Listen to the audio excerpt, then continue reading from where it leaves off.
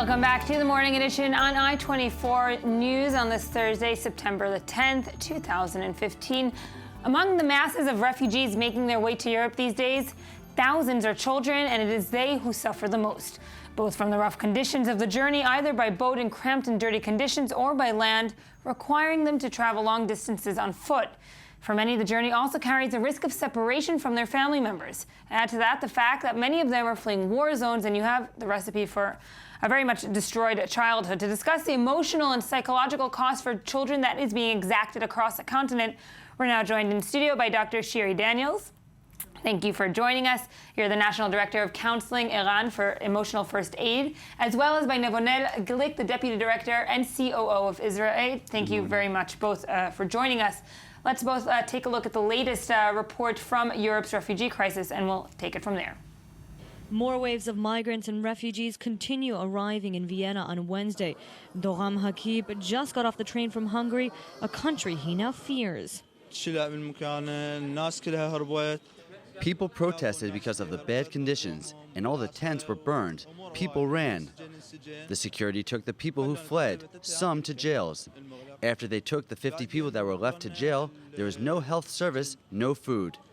There were 9 people in one room that had only enough space for 4 people to stand. Fearing Hungarian authorities is now common. Hussein, a refugee from Damascus, Syria, told us the camps were like prison. He asked us not to film him because he's afraid of all the governments. He's traveling with his wife and 4 children, and on Wednesday, they got to play with a dog for the first time. Hussein and Hakib don't plan on staying in Austria. They want to continue to Germany, Belgium, and France. A small number of refugees and migrants do decide to stay in Austria. They are brought to different refugee camps. The largest one, Treiskirchen, is about 30 kilometers from Vienna and is now home to 3,800 people. Refugees living here say the conditions aren't great. There are bad conditions and there are good conditions. But in general, it's not good because it is a camp. Because the camp can give you more than what it has. When refugees first arrive in Austria and request asylum, they receive these green cards. When they've been approved for the process to begin, they get this white one. When they receive the card, the regional government is supposed to find accommodations for them. But with such a large number of refugees, they don't have enough housing. We're now going to go live to Vienna to our i24 News correspondent, Mirav Seville. You're standing by there, the international train station, of course. Mirav, what's the latest that you're hearing this morning? Well, yeah, people continue coming in and out of Vienna. Many here not only just arriving trains from Budapest, but waiting for that next train to Germany. A lot of confusion about when they will leave, and a lot of that happens because these trains are being held back. Some of them at the border between Hungary and Austria, some of them elsewhere. But because of that, they're not really sure when they will get a chance to get on a train and head into Munich, where most of them are trying to get. As you heard in the report, that many of them do keep going on. Not many staying in Austria. Those who do go to that refugee camp. And I do want to turn back to that little story in the report about the dog. And since we're talking about children and how much these canines have a sense of, they bring relief and happiness. The smiles on their faces the first time that they ever got to play with the dog was absolutely astounding to see. And we are talking, we will be talking shortly in studio about the children that are separated from their families and so forth. You've met quite a few children. What kind of situation have you seen them in? Have you met children separated from their families? We haven't seen children that are separated from their families. Most of them are actually here huddled with their families, sleeping on their mother's laps or very close by. We did get a chance to talk to a couple parents and ask them how they really explain this to their children, this movement across countries. A lot of the things that happened to them in Hungary, they're telling us these horror stories of being in open camps like prisons with these children. There, where they told us that some of the families were separated. Not only friends were being pulled apart, but they were trying to separate families themselves, parents from children. one family told us that their kids know exactly what's going on. And not only about this journey that they're making, but they knew exactly what's going on back in Syria. And to them, this is just an extension of the war, and they still blame this on Bashar al-Assad and all the different players because they know who is involved in their war back home. One of the main things that's going on in Syria, and there's a family that we spoke to is from the Al Yarmouk refugee camp in Syria, telling us that there aren't schools there and they're not learning. And not only that, a lot of these kids have psychological problems from the camp back home and living there and being hit all the time with bombardments and bombs. And there's no psychological aid for them there, and that's something that they're hoping to find for them here in the European countries. Mirav Sevir, thank you for joining us this morning from Vienna, and continue doing the good work that you're doing. Dr. Daniels, when you do look at this today, Europe as children as a case study, can you compare it to other parts of history where the medicine, where psychology has looked and said, this is what's going to happen to these children. We know what the effects are in the long term, not only short term? Yeah, although because children find it difficult to verbalize the experience, we might think that they are too young to understand what's happening, and therefore we sometimes falsely believe that young age is a protective factor against the long-term effects of trauma. But in fact, children are affected deeply and profoundly, also when they are themselves are threatened and when their families are threatened. We see symptoms of trauma which are physical, cognitive, emotional. The sense of safety is shattered. Sometimes they blame themselves for the outcome or for not being able to make a difference in the terrible outcome. We see long-term influences in the sense of learning, the adjusting. It's connected with the mental issue of post-trauma, as well as depression, anxiety, addiction, self-harm. The list goes on and on.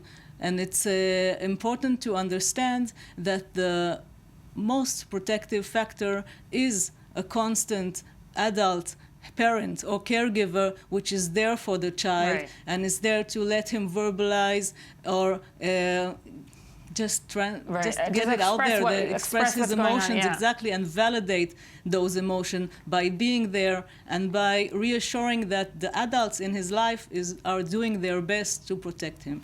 And Vonel, you've traveled the world with Israel Aid, from humanitarian disaster to conflict zone to natural disasters, right? A range of ways where children, unfortunately and tragically, find themselves sometimes really separated from their families. Do you have a personal story from a specific place that you want to share? Well, I think that one of the important things right now is coming back recently from Iraq, actually, from the north of Iraq, from Kurdistan, and seeing how people now, we tend to think about some of the short-term effects or even the long-term effects based on the original trauma. But we don't think about what displacement does long-term. You're talking about children that have been, let's say, in a camp for a year, 2 years, and that's not going to change tomorrow. And even their parents and them, nobody wants to get used to this idea. When you ask them even a year later, people that I met a year ago, they go back and I say, are you building a home now on the way in this camp? They say, no, I'll be home tomorrow. And that's something that is not going to happen. And prolonged, and that has It's making it worse and worse and worse, because as the schools are having trouble coping with the idea of building a structure and a routine, the children are being affected and disrupted more and more because they don't have the safe space that they need to work in. I want to add to our discussion now Miraj Pradhan, the head of communications for UNICEF Jordan. Good morning. Thank you for joining us. Hi, good morning. So we are talking about the different ways that children are affected by refugee crises around the world. And actually in Jordan, as we heard here, children in refugee camps, even if it's only for a short time or if it's for a long time, does have different effects because it's kind of a ad hoc kind of situation. This is not their final destination. This is not their final home. It's hard to make a way of life there. Yes, I mean, we have about 100,000 refugees in refugee camps in Jordan. That's about 20% of the total in Jordan. And let's say about 50 to 60,000 are children. And when we've talked to most of them, like I've been hearing over the conversation, many of them still don't think they will be here forever. And that is the amazing thing about children. I mean, many of them have to work. They cannot go to school because they have to look out for their families. and still they are saying, I'll go to school when I'm back in Syria. So their hope, their dreams are still very strong, which is really encouraging for us to know. But at the same time, on the other hand, I mean, we know the realities. They won't be back soon. Right. But to continue, I mean, supporting them through psychosocial counseling as well as giving them learning opportunities and other life skills, that is really important for UNICEF. Right, because we did talk about the long-term consequences and effects that we'll see in children and later adults of their tragedies and their coping with what they're experiencing. What can UNICEF do on the ground short-term that perhaps has an immediate effect? Actually, what UNICEF is already doing with partners is having a lot of these protective spaces, space where children can actually come and feel safe, learn, as well as play. Play is a big part of psychosocial counseling, which they start with my colleagues in child protection, where it's just about getting involved in music, drama, drawing, things like that, which helps the children. And many times, children don't speak out immediately. It'll take them a month or so, then they start talking with counselors. We've had cases where children didn't even talk for the first 1 to 2 months after they arrived in Jordan. And we've had cases where through these psychosocial counseling sessions, they've actually opened up. So these centers are placed throughout the country besides the refugee camps. So we are trying our best on the ground to do that for children. Dr. Daniels, of course, we're hearing the great work that UNICEF is doing. Do more governments now in Europe, especially, need to put in a special emphasis on children, treat them differently than the rest of the migrants or the refugees as a category, and have a new policy or a specific policy for the children? They have to have a holistic policy because, as my colleague was saying, refugee children also have suffered great loss of culture and of support. They lack the support of communities. There is a gap in culture, and that could make them feel lonely, isolated, and angry. But the fact that also he mentioned many of them have to work in order to support their families. They're losing this, childhood that many other children around the world enjoy, this growing up, playing, and so forth. Is this missed time? This time that never really can come back? Well, we do have to remember that each child reacts to trauma differently, and the effects of trauma differ, and also the severity. We do know that children and families have psychological resources, they have resilience, and those protect them from long-term effects. But we also have to know at the same time that trauma has its influences, but one of the also a long-term influence on the positive side is post-traumatic growth. That means on the one side they did lose out on their childhood, but on the other side, maybe in years to come, they will be able to find in themselves resources that wouldn't have developed otherwise, and we see that in many kinds of traumatic events. Now, Vanilla, of course, children are children no matter where you go. Did you find that specific places had cultures that treated the children, migrants, differently, that had a different approach towards the children? Definitely. I think that every culture has its own way of being a child, of expressing yourself as an individual.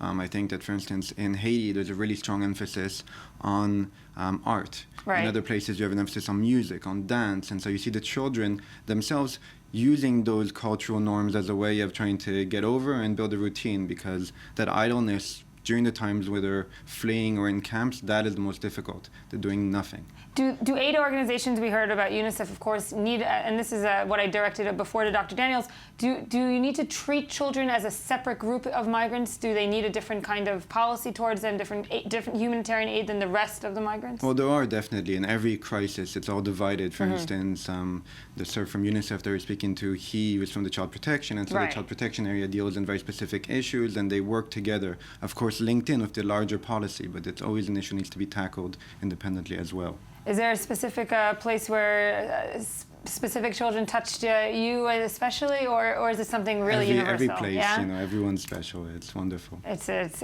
pretty incredible, the tragedy that they go through and the trauma that they go through. But as you said, Dr. Daniels, there's a light at the end of the tunnel. Post-traumatic growth. They learn something new.